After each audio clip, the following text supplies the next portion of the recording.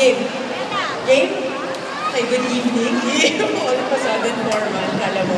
Okay, may, sabi nila, I am supposed to talk about, well, revolving around the theme, which is make it happen.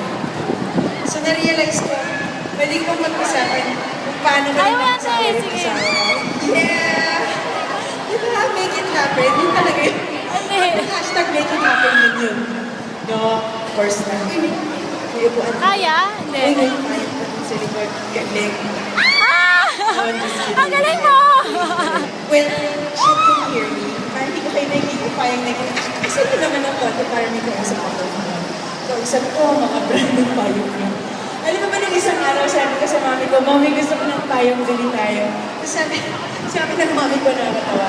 Walang kinagagawa na sa sasabihin ko. Kwento ko lang. Sabi niya, bakit ka bibili ng payong? Hindi mo ba alam kaya ka nag-open ng bank account para may payong every year? So, realize ko, no? Parang lahat ng payong namin galing sa bangko. Wala pala kami yung payong pinili in real life. Parang gano'n. So anyway. Sa pa? Tumbling pa! Ano is that? Youngest ako ng 10. As in, 10 kami magkapatid. We're 10 kids and I have 5 older brothers and 4 older sisters. So growing up,